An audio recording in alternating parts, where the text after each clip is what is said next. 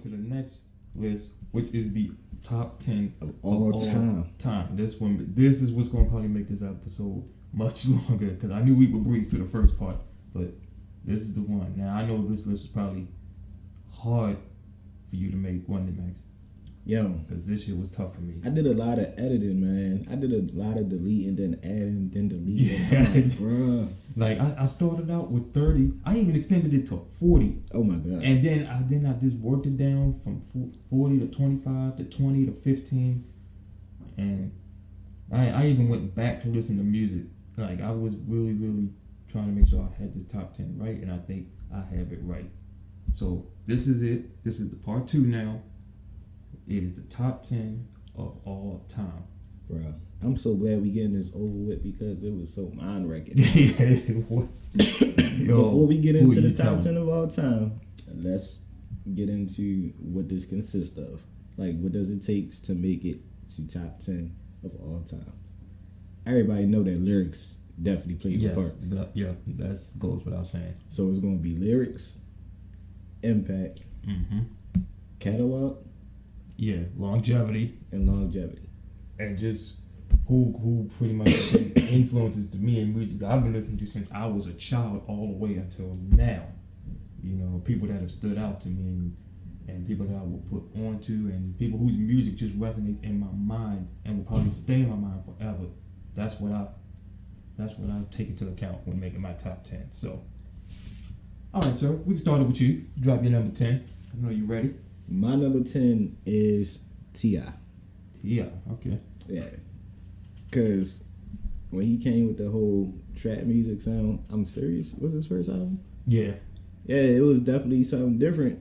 And this one, Atlanta was on the rise. And I'm like, oh, all right, okay, I'm feeling the sound. Mm-hmm. And then 24s, yo, I played 24s so many times.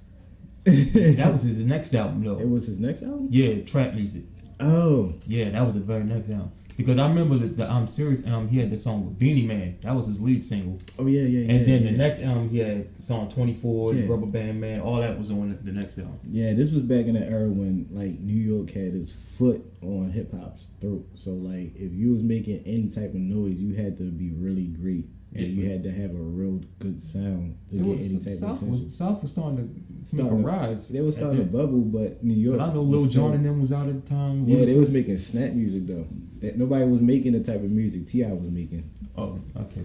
So during that era when they was making a whole bunch of dance music, T.I. was like, all right, I'm about to go another route. I'm about to be trap music, nigga. And, yeah. And, like, throughout the years, he grown and evolved and progressed. You know, like, he still kept the same format a bit, but he changed it up and was able to make great music as he got older. And one of my favorite albums to this day is Paper Trail and Urban Legend. Like, I can listen to both of those albums back and forth. And granted, a lot of people say he made Paper Trail because he was facing jail time. Still had a lot of dope tracks. Yeah, that was definitely...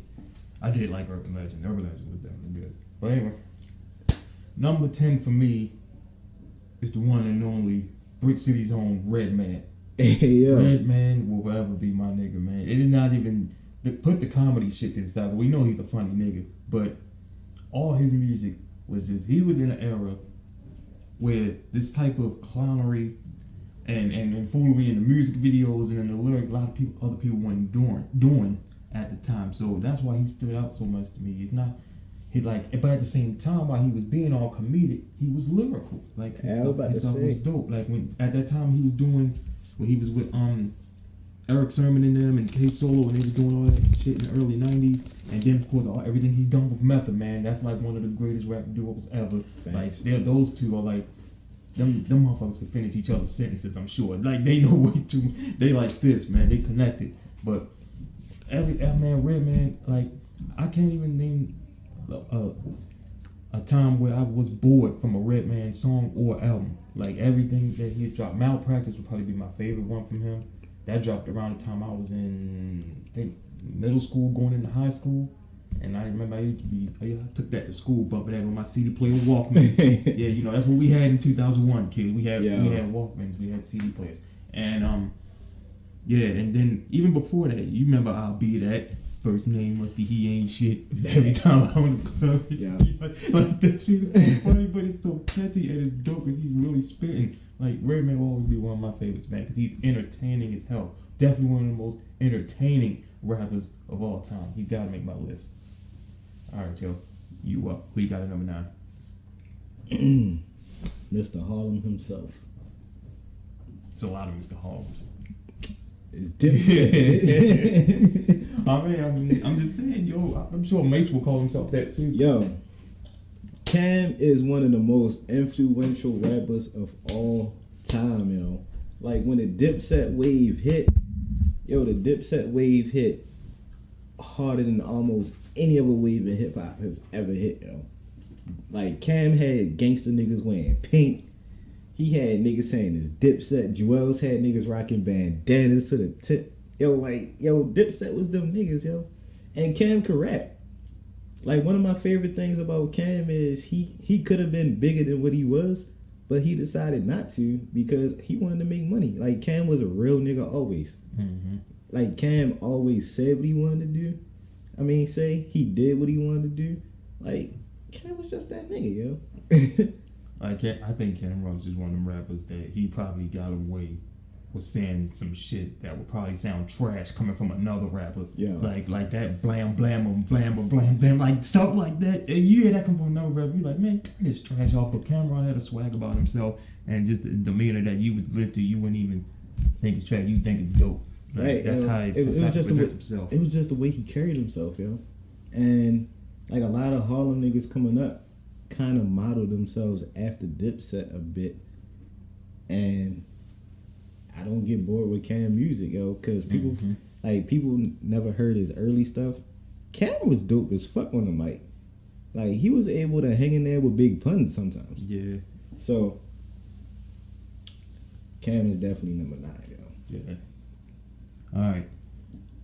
Now this is the part where people about to get triggered, because this person I'm getting ready to mention is tied with somebody else, and that somebody else is not on my top 10. So that's what really hurts some feelings. But number 9 is Biggie. Dang. Yes, he's number 9. Yes, Sheesh. and I told you somebody gonna be hurt. Yeah. I told you I didn't want to do this, but I ain't mad at it, yo. I'm not mad at it. Someone's gonna be hurt. But I'm just surprised that number 9 though. Yeah, man. Listen. Well, because Biggie, I didn't really catch on to Biggie until everybody else book that I got on my list before him. But I'll explain why he's at number 9 after I say this part. But it should be a no-brainer why Biggie makes a top 10 list on anybody's top 10 list. I mean, it's Biggie. I mean, the man was just so ahead of his time as far as lyrically and storytelling. I mean, just listen to Ready to Die. I mean, it's literally like, it is the soundtrack of the average kid in Brooklyn just trying to survive. That is the model blueprint for the perfect soundtrack for the life of a Brooklyn nigga. That's what Ready to Die is. And really, why he's at number 9, like I just said, Max, I really didn't catch on full swing with Biggie's music until much later, really after he had passed. You know, and I was very young at the time when he died. When he died, 97, I was like 9, 10-ish, something like that. So yeah, I was really didn't catch on to most of his stuff until after he had passed, and went back and listened to it, and then it hit me like, okay, now I see why this dude was so loved. Now I see why his music hit with a lot of people, including one of your favorites, Jay-Z. And you know, we all remember Brooklyn's Finest. You know, that was a banger. Yeah, I just like how confident he was, yo. Like, he was pressing down on bitches, right? Like that. You black and ugly as ever. Yeah, but and could still take your bitch. Yeah. That was Biggie. Like, you don't see that kind of confidence nowadays. Yo, he had that charm about him, yo. He had that Brooklyn charm, you know.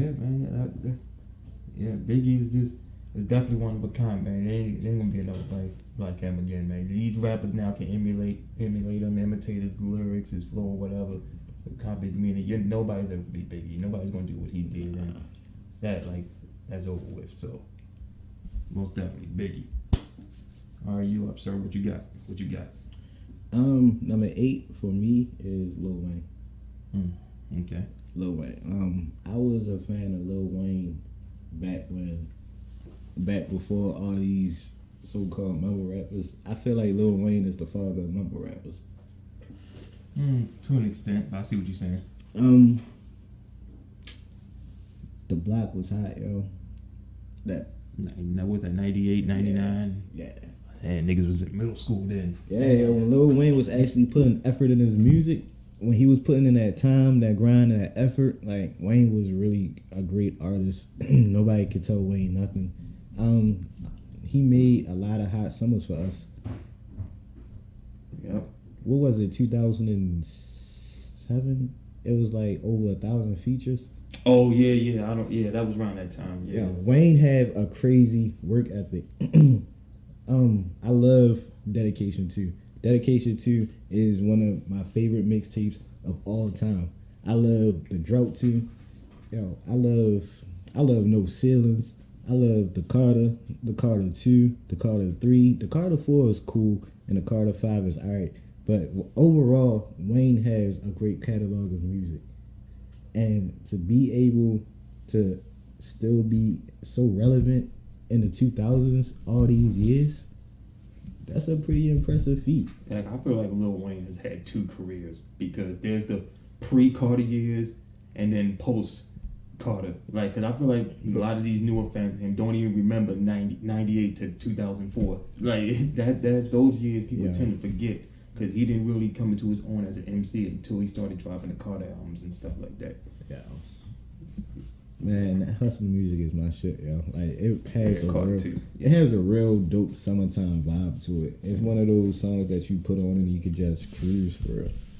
But you can't take away from the talent or the work ethic that Lil Wayne has, because Wayne definitely paved the way for a lot of these rappers that try to emulate him, and they really can't. Right. It's only one Lil Wayne. All right. So, number 8 is he the only one on my list that's like this? Yes, this is the only West Coast rapper on my top 10. Only got one, and it's Ice Cube. Now, some of you people, younger people, may only know Ice Cube, the actor, which that's a damn shame if you can't remember his rap career, because before all of these movies, Ice Cube was by far the most lyrically dangerous rapper coming out of the West Coast. NWA, I'm sure they're not even who they are without this man. Because if y'all seen Straight Outta Compton, if you didn't know the story before, he wrote everything for him. He was the main voice, the lyrical one, and even when he went solo, I mean, back to back classics. America's Most Wanted, Death Certificate, Predator, I mean, Lethal Injection. It list goes on and on. He's got so many memorable songs from albums, from movies, and started this gangster shit. This motherfucker thinks I was my shit back in the day. No, but Ice Cube just had that distinct West Coast voice that you just could not copy. Like, no matter how hard you try, there's only going to be one voice like that in rap's history. That's why if there's any West Coast rap I put on this list, it's him. Let's not forget, this man is the reason behind one of the most vicious diss tracks of all time. Yes, no Vaseline, bro. Like, I don't care what you Tupac fans gotta say about Hit 'Em Up or anybody else, and even me being a Nas fan, I can't put Ether above no Vaseline. Yo, I can't. Vaseline was ruthless. Oh my god, it was so pun intended. Yeah. Yes, it was. That shit was sick, yo. Definitely. All right, so what you got next? What's your number? What you got? My number 7. Yeah, we on 7. My number 7 is Royce the 5'9". I got something to say about that too. Why? No, just go ahead. I just got something to say. I feel like him. All right, so everybody praised Eminem or whatever for being the quote unquote best of all time. Mm-hmm. I feel like Royce the 5'9" can do everything Eminem does, but better. Okay. And you want to elaborate on that? Because you about to piss off all the Eminem fans. Elaborate as far as what? What you just said? How he can do what he does, but better. I think a lot of people are impressed by Eminem because Eminem could fit like 54 syllables in a bar. And don't get me wrong, it is impressive, but when Royce the 5'9" do it, it just sounds more smoother and more effortlessly. You know? Yeah. And what I was about to say was the fact that I was considering to put Royce in my top 10. I told you this was so hard to do that I really wanted to put him on the list. Like, he'd probably be number 11, I think, for me. But I feel like Eminem makes music to remind people that he's one of the best of all time. Like, he don't make the music that he really wants to make. He makes music to be like, don't forget that I'm still one of the best of all time, and I'll fuck you up lyrically. Well, you know, but let's stay on Royce. We'll get to Eminem in a minute. Yeah, man. Royce have solid projects, and Royce been around for a while. And I believe Royce and Eminem was beefing at one time. Yeah, it was brief. Yeah, I do remember that. It was brief.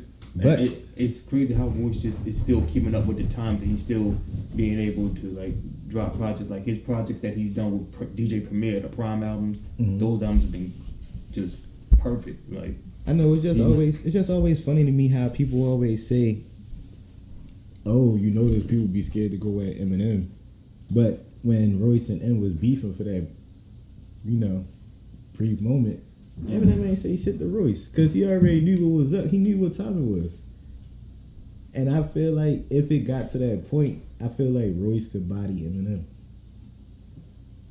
We'll never know. we'll never know. All right. Who's your number 6? My number 7. Oh, you're number 7. Yeah, I'm on 7. And hope this doesn't make you upset because I know how you feel about this dude. It doesn't. It's Jay-Z. Jay-Z is number 7 for me. And it's crazy because growing up, I would always hear Jay-Z songs everywhere, radio, in stores or other people around me listening to it. And of course, my father, who I was around a lot, he would always play Jay-Z in the car. But I didn't really catch on to Jay-Z as I was more entertained at that time to the commercial rapper Jay-Z. So I was more into his singles, you know, Hard Knock Lives and Do It Agains and The Big Pimp. It's like I wasn't really going in depth with music like that. That didn't happen until much later. In fact, it didn't happen until he dropped The Blueprint. Because when Blueprint dropped, I was already in high school. So I was taking my time and actually listening to stuff. And then I said, you know what, I gotta go back and listen to more of his other stuff, his older albums. And then once I went through, you know, Reasonable Doubt and Volume 1, Volume 2, Volume 3, and then it said, you know what, yeah, I don't know how I missed all of this, but all this is dope, all of this. And Blueprint still stands as probably my favorite album from him to date. Yeah, it's Reasonable Doubt is the first hip hop album I ever owned. So I think that kick-started my addiction to hip hop. Because when I heard it, I mean, I was young at the time, and I didn't really comprehend everything he was saying, but the way he was saying it was so catchy and slick to me. So I just started paying attention over the years, and every album that came out, I got it, and I wasn't disappointed. Yeah, but I think it's crazy because I think the Dynasty, it was even Volume 3 of the Dynasty. One of those was the first album from him I ever had. So, and I don't know why it was the Blueprint that drew me in more than those two albums did or any other album before that, but it just did. I mean, Kanye and Just Blaze, they were masterminds on that album. Like, everything about that. That's why I get such nostalgia going back to high school when I listen to it. And, you know, that was around the time 9/11 happened and everything. So, yeah, that album is definitely a time capsule for real.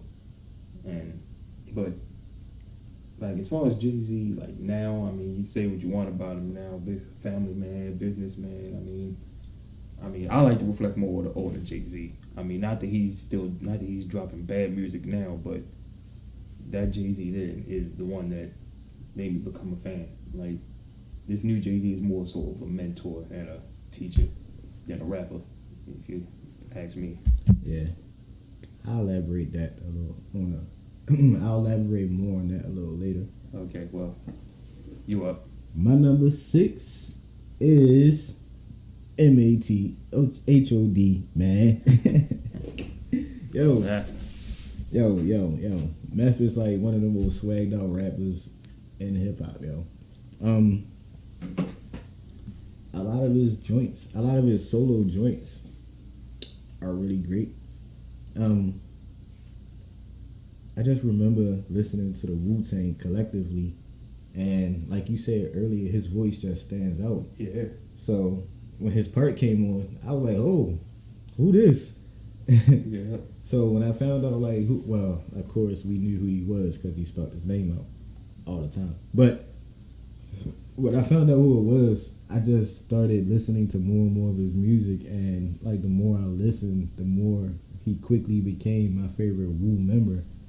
And to be in the Wu-Tang, you gotta be a very lyrical person. Oh yeah. Like your skills have to be Yeah. top notch. That's why they made Redman an honorary, Wu-Tang member. Yeah. Yeah, man, look. Like you mentioned, the man just stands out. Like in everything he done solo, like and the things he's done with Redman, which all of that I loved. Like he's one of the most recognizable voices in the history of music. Like people that don't even listen to rap can recognize who that is when they hear that voice.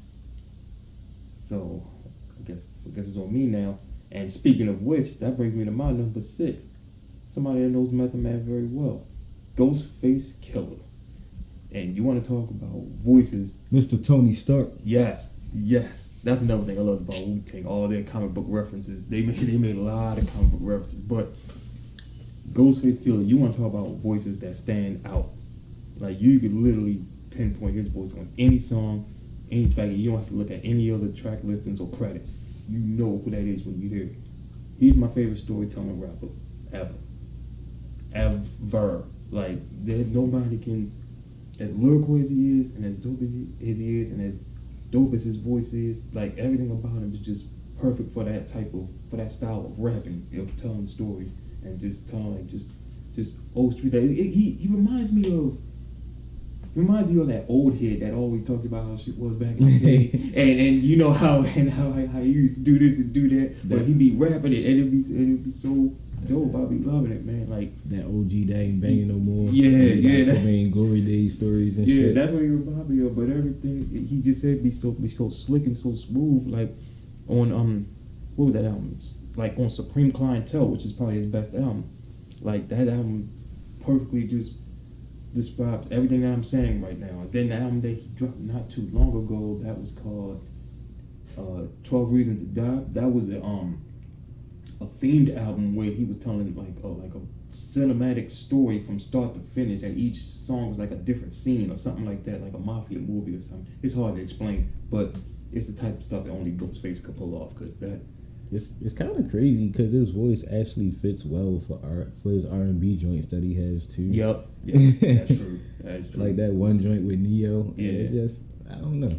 I like Ghostface. I love Audible. Yeah, man. Like that's another thing that was hard to do with this list, yo. Because I said there's gonna be a few Wu-Tang members on this list. Just who. Like I wanted to put Raekwon on here. I did, but Raekwon the chef. Yeah, but it was just hard to make this top 10. But go ahead, man. What you got now? My number 5 is Kanye Titter. Mm-hmm. Yeah, there he is.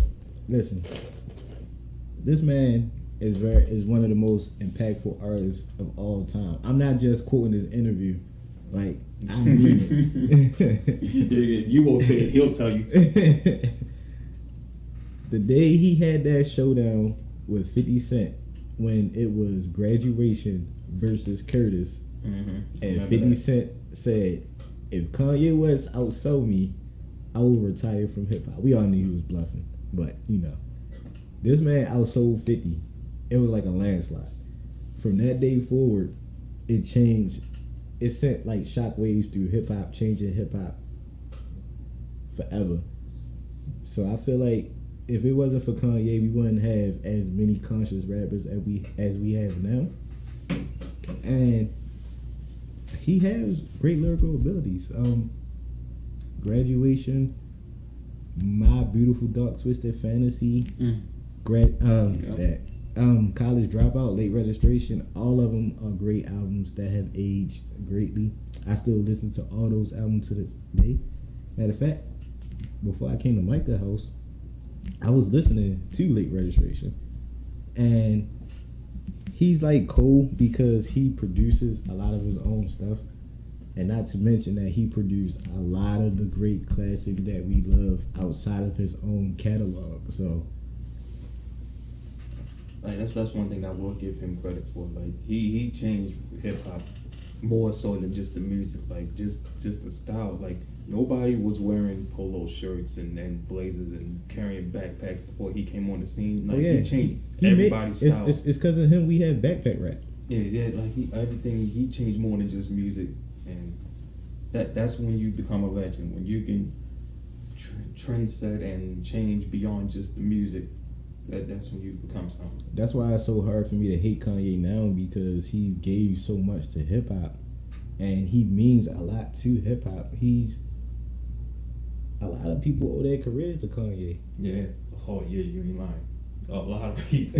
A lot. So as nutty as the shit he say now, it's hard to hate Yayo. Like you can't take away all his accolades because they mean a lot to hip hop.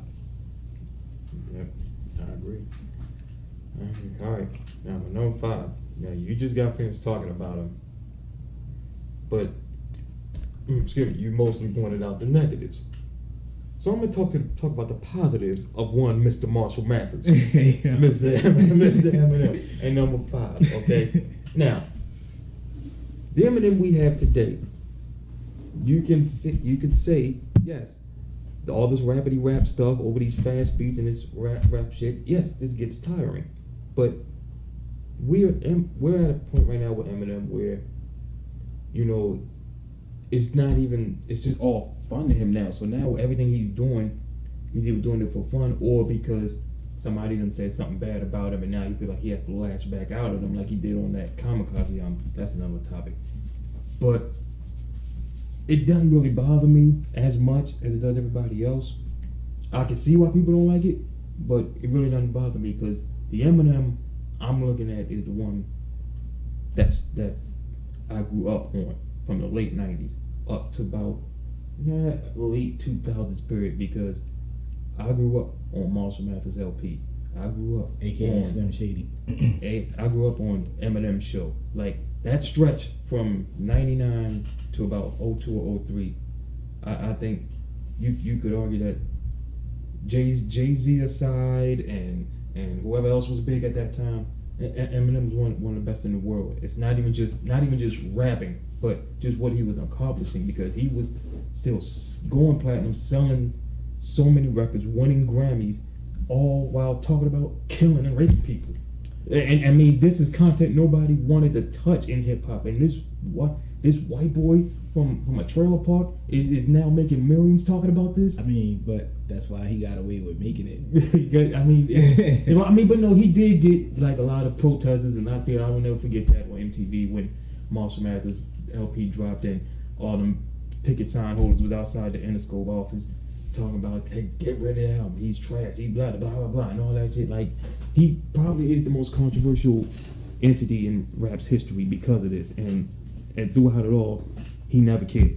Right. And he kept doing it. Right. That's why I like Slim Shady, yo. Like, I didn't just have bad things to say about M. I was just saying, you feel me, everything M can do, Royce can do better. But I love his funny joints, you know. I love Cleaning Out My Closet. I love No Apologies.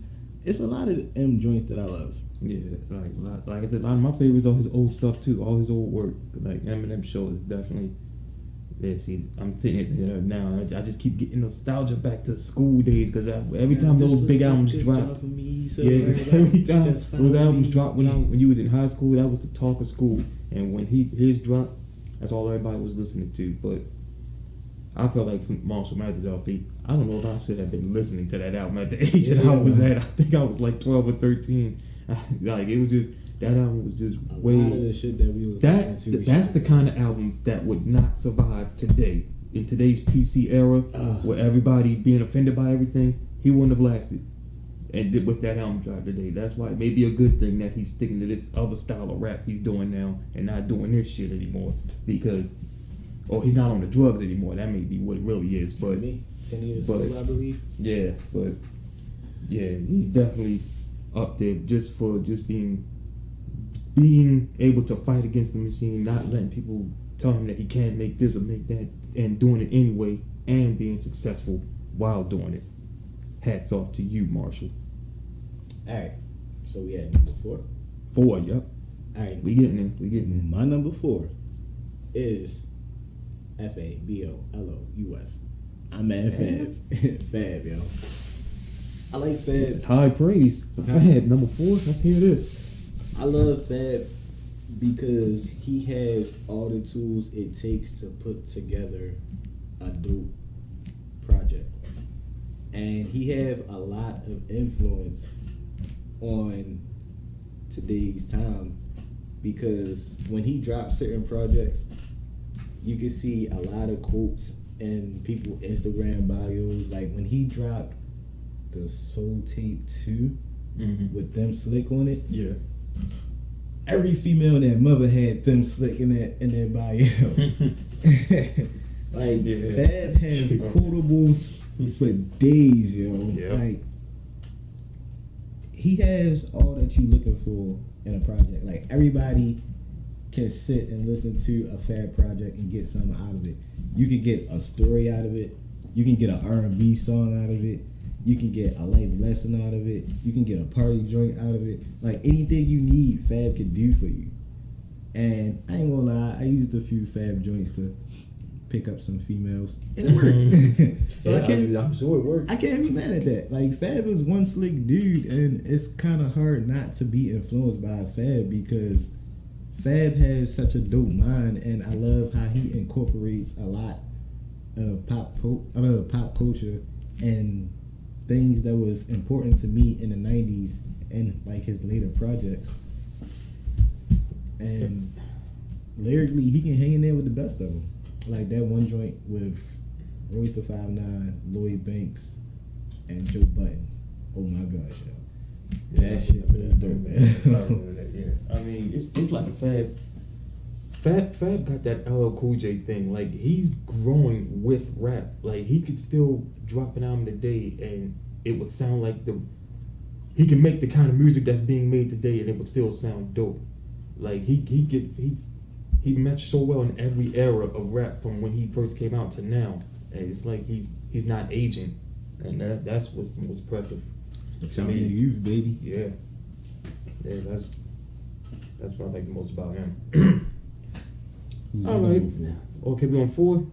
All right, we already mentioned this dude. He was on your list. We're gonna mention him again. Smetha Man, number 4, the voice himself, and I ain't gonna go too much into it because we already gave him his praises. But like I said, man, he my favorite Wu-Tang member.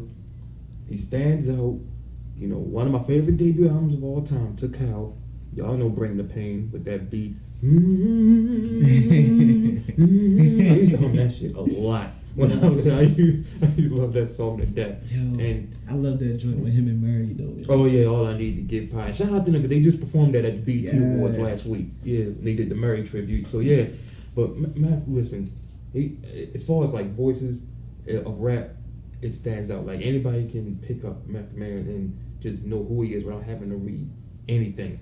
And of course, all his work with Redman, I've loved almost anything he's done with Redman, Rock Wilder, and How High, and all that shit. And I ain't talking about just the movie, the song too. Yo, you know, so definitely. I can't believe he didn't mention the Red and Meth show, yo. Oh, well, come on, yo, that goes back. It's the Red and Meth show. Like everything they've done together, yo, like that, those two together, I can debate it. That's probably the best tandem in rap history because it's just how their chemistry is with each other, and it's like they didn't even come into the game as a tandem. That's what's crazy. Like they got 2 albums together and done all these movies and all these songs.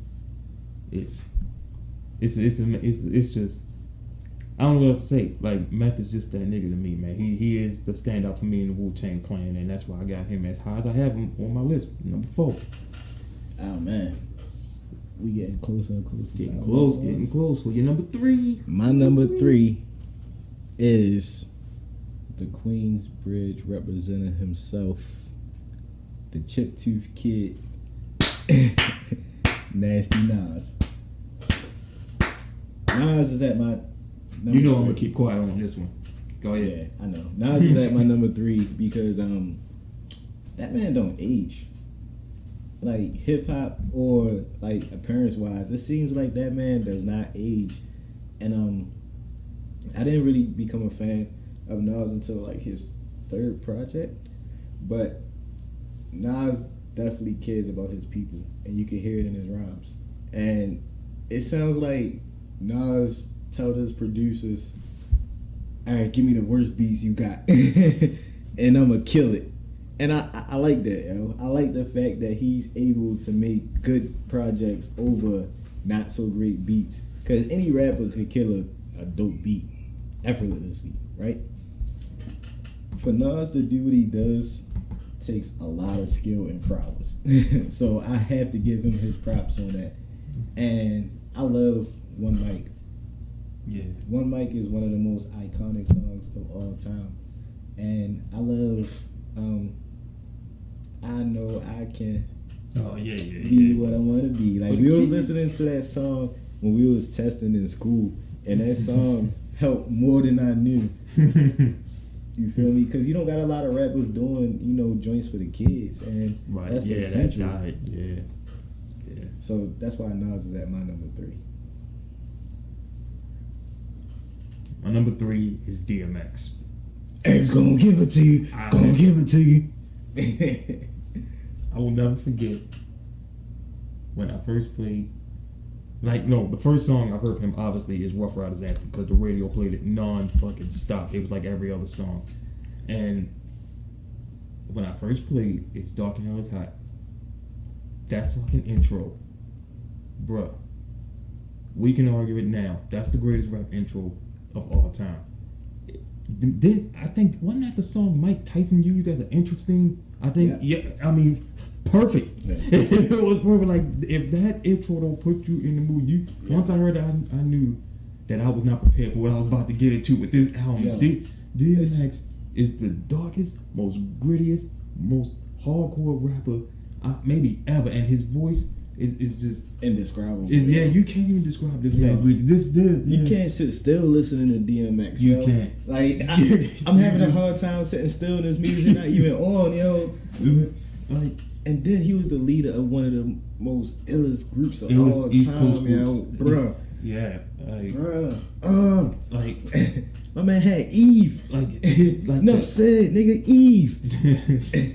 Like the anger and aggression in this man's voice when he raps, even if it's about something where it don't even require aggression, he's still rapping angry. It's like he just brings the adrenaline rush out of anybody with his music. Like that's why I just mentioned the Mike Tyson thing. That's why I bet you go to a bunch of athletes, ask them who's on their playlist, who do they listen to get hyped for a game. Bruh.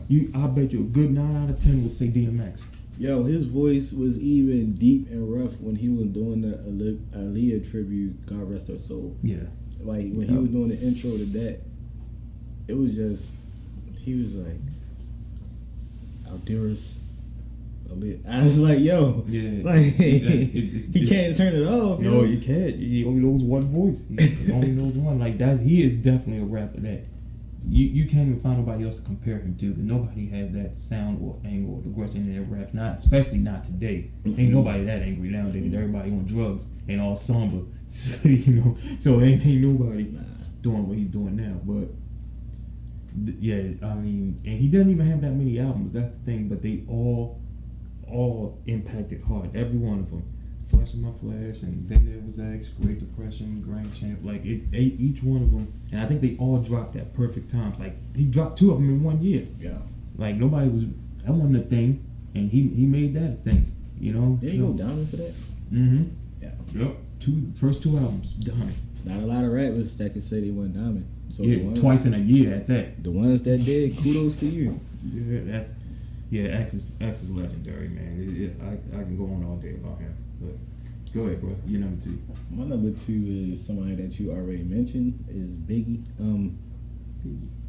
I feel like if he had more time, as time progressed, he would have just got better and better, and would have became a bigger staple in hip hop. Yeah, I agree. That's one of the things I said because he wasn't here long enough. It's him and I think Big L, who I had narrowed down to like my final 15. Yo, that's crazy. I was gonna put Big L in my top Yeah, two. because I had him in my final 15. Yo. But Big L was nasty on the mic. Yeah, he was, and it's just hard because they weren't here long enough. Like if they were here, like, who knows what Biggie or Big L could have been right now? If they were still here. Like it's sad, but I don't want to take your thunder away. Continue. Oh no, everything I wanted to say about Biggie we already said. Okay. Like Biggie just had that charm about him, man. It was something about his music that was very listenable to. And I know that's not a word, but Facts from the Lab just made it one. Patent pending, baby. Yeah, we make up words here on Facts from the Lab. Yo, like Biggie got a lot of summertime joints too, yo. Like Hypnotize Me, One More Chance. Yeah. Like Biggie was just a smooth brother, man. And he knew it too. Yeah, man. Like B.I.G., man, what more can you say? Like, one of the most influential ever. So, number 2 is the one and only leader of the Locks, Jadakiss. Yes. I am a Mr. Raspy. Yes. I can't even do it like he does it. But there you go, folks. That's how I sound. I am one of the biggest Locks fans you'll ever meet. Like, that was the first rap group that really, they're the reasons I got into DMX, because I heard them before, like when they had dropped the the Money, Power, Respect album and all that. Like when I heard DMX on that's what pushed me into liking DMX, from listening to the Locks. Oh yeah, Jadakiss was with the Rough Riders. Yeah, the whole Locks was, man. They were with Bad Boy before that, because they were on All About the Benjamins and everything. But Jadakiss individually. In case y'all ain't noticed, I'm all about standout voices, and his is definitely a standout. Not even just amongst the clique, but just amongst East Coast rappers and just rap in general. Like he spits nothing but like street shit, hard shit, and a lot of it sounds simple. But Jadakiss has just got that heaviness about him and that toughness about him, to where he says you be like, yo, this nigga spitting real shit. Yo, that wordplay is crazy. Yeah, and he just. Like, you won't even be catching it most of the time, because he don't drop it as often, but once you catch it, you be like, yo, this nigga here. Yeah. And I just gotta say, he wasn't about to be the only Locks member on my top 10, because I had Styles P close to it. That's another one I'm upset that I left off my list. I mean, they're kind of interchangeable. Yeah, they to an extent. Because you really can't have one without the other. Yeah, I love when they do those songs where they're going back and forth, sharing bars. Those are some of the most crazy, because nobody else do that, or at least do it as good as them. So yo, I love Jadakiss because the way he raps, yo, he sound like he just came from the block and he just rolled up and then just got in the studio and just got the blunt waiting on him. It sounds like he just gangster all the time, but he laid back. He's like one of those laid back dudes that don't put his hands on you unless he has to. Like he just says it's not even that it's lyrical. It's just this hood shit that hood niggas can relate to. That, I mean, like on that Ghostface song "Run," when he said Tim start feeling like they Nike Airs on me. Like there's just like I'm in the hood like Chinese wings. Like that's just like you feel that shit. Like yo, he got a few joints that make you think. He came out with Why. Yeah. He came out with By Your Side. Yeah, like he got a conscious side. He may make you wanna, like, he can change it up when he wants to. Yeah, when he wants. Even though Styles P is considered the conscious rapper in the clique, because he does more of the conscious rap, but he has that side of him too. But I like Jadakiss for just keeping it gutter, keeping it in New York, and then just keeping it street, and that's why I'm a huge fan of the Locks in general.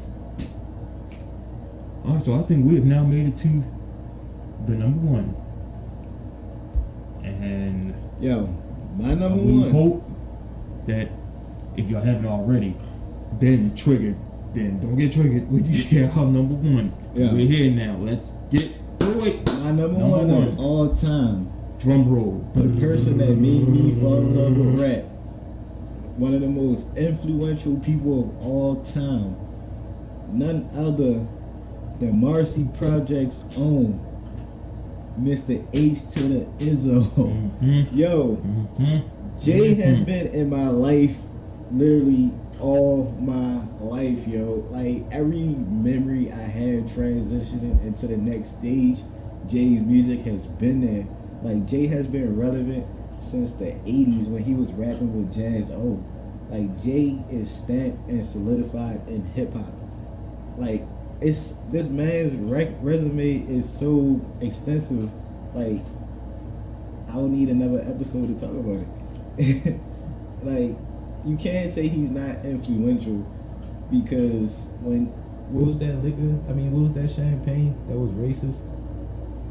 Cristal? Yeah. Cristal, yeah. He said we ain't drinking Cristal no more. Niggas stop drinking Cristal. My man said, no more throwbacks, but niggas stop wearing jerseys. I'm like, who gave this nigga authority to tell us how to dress? Yo, you could even go recent when he said when he said when he was like you on the gram holding money to your ear. You ain't see nobody do that since. Bruh, yo, Hove, I feel like Hove seen it all, done it all. He is hip hop's first billionaire. Yo, Jay is like the blueprint to like the ultimate hustler and ultimate success. Yes, yo, because it's like he went from, you feel me, caring about Lexuses and shit to caring about paintings and buying properties. Like this man, he manages sports athletes. He manages actors. Like this man is just he's a lot ill. Like he's involved in the community. He has this thing now where he's trying to provide legal assistance for people that was like wronged by the police. Like Jay is just that guy, yo. Like he's the modern day Batman for black people. And yeah, like Micah said earlier, like his lyrical prowess is crazy because back then he used to rap like super fast, and it was like crazy because he'll go from super fast, then he'll slow it down, and then he'll pick it back up. Mm-hmm. So that's why he the GOAT for me. That's my number one guy right there. You done? I was gonna let you have your moment. Okay. I already know who your number one is. Yeah, of course. I'm sure everybody that knows me knows who my number one is. I don't even have to say his name. I'm just gonna start off by saying this. Before Jadakiss and the Locks, before DMX, before Eminem, before everybody that I have on this list, I was not even listening to rap music like that. It wasn't until I got in the car with Pops and he played a certain album called It Was Written by one named Nas. And I'm sitting there and I'm listening to it with him. Now at the time, me being young, I'm not fully grasping the lyrics, but I'm feeling the vibes from it somehow. And I said, you know what? I want to hear more of this. As the years go on, more albums drop. Nostradamus and I Am, which that was the album right there. Because this time I was a little older and now I could understand stuff. New York State of Mind Part 2. That song is what did it for me. And then Hate Me Now, of course, which Hate Me Now was a huge single, so everybody knew that song. But it's like every song on that album. This is actually my favorite Nas album. A lot of people don't know that. People think it's Illmatic. It's not. It's I Am. But every song on that album, I couldn't skip it. I couldn't skip none of it because it kept getting better and better and better. He had the song with DMX, the song with Aaliyah, and then the DJ Premier song. Nas is like, you know what? I gotta go back and listen to Illmatic now. Now, Illmatic was way too lyrical for me to understand at that time. It wasn't until years later when I understood how important Illmatic was. But we're talking about a guy. If you go to any young rapper right now, a young lyrical rappers who are trying to be lyrical, you're not gonna find too many of them that say they wasn't influenced by Nas. The guy we just gave praise to at the top of this episode, J. Cole, he is heavily influenced by this man. Bro, tell me about it. He has a whole song for this man. Like everybody, most of these young niggas is gonna have Nas in their top 5 or top 10. Cause I feel like Nas fathered a lot of these new niggas, a lot of them, and that's why they big him up so much, and they go to him for features. If when they try to get features from him, they sample some of his stuff or try to redo some of the shit he did. Like, I feel like Nas might have set kind of a trend when he did that song Rewind on Stillmatic, where he told a story in reverse. Like, there's still people trying to do that shit, and they can't do it as good. That shit is too. That shit was kind of tricky to pull off. Yeah, that's only one man can pull that off. Like, that ain't nothing that can be duplicated.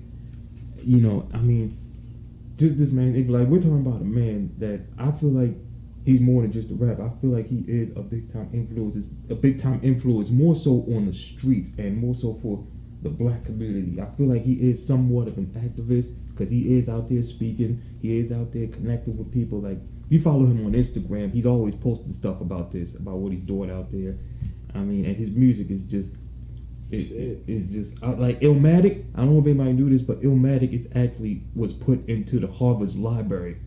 Oh wow! Yeah, and then there are not a lot of rap albums in that library, like at all.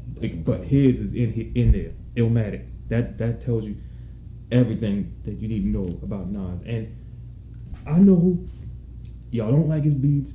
And that's the only complaint that every time I post about Nas, that's the first thing a motherfucking head I gotta get on the post and say, his beats is trash, his beats supposed to be to sleep. Okay. And a lot of y'all favorite rappers are rapping on the same trap beat every song. So I don't get what y'all are saying, but the point is, it's not with Nas. It ain't about his beats. It's about his words. If you listening to Nas for beats, then you ain't got no business listening to Nas. Period. Because that's not what he is. It's all about his words and what he's preaching to you, and that's why I grew to appreciate him more as I got older and older and older, and kept going back listening to his older stuff to where I could understand it more. And I was like, man, hip hop really needs this man. We need him. Like, there's never gonna be a string of classic albums and songs like this from anybody else besides people like Jay-Z or Eminem or somebody like that.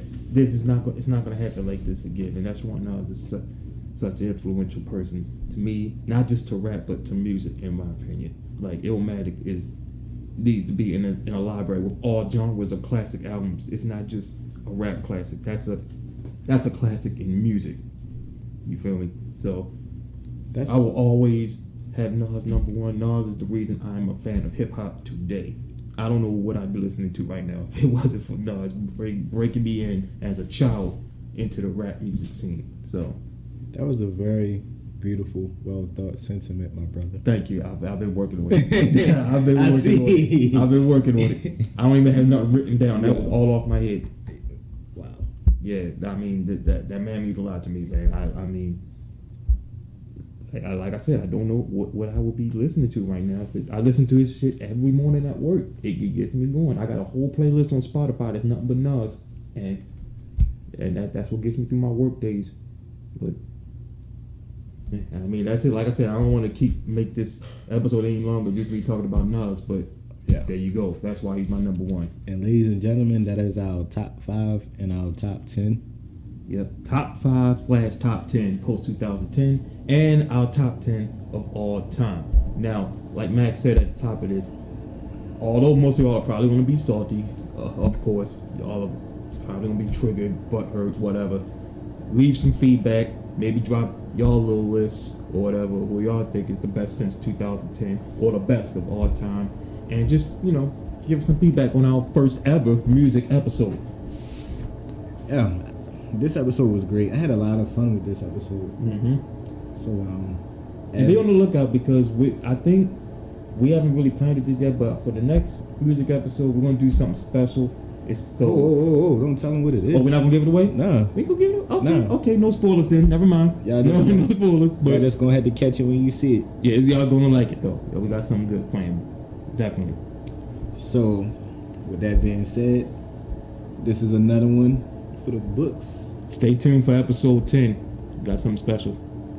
BlurCon coming up. Myrtle Beach coming up. We'll be live, so be on the lookout for that.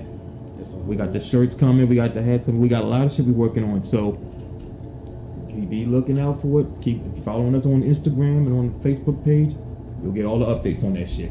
Big facts. And with that being said, it's your boy Max Say Less.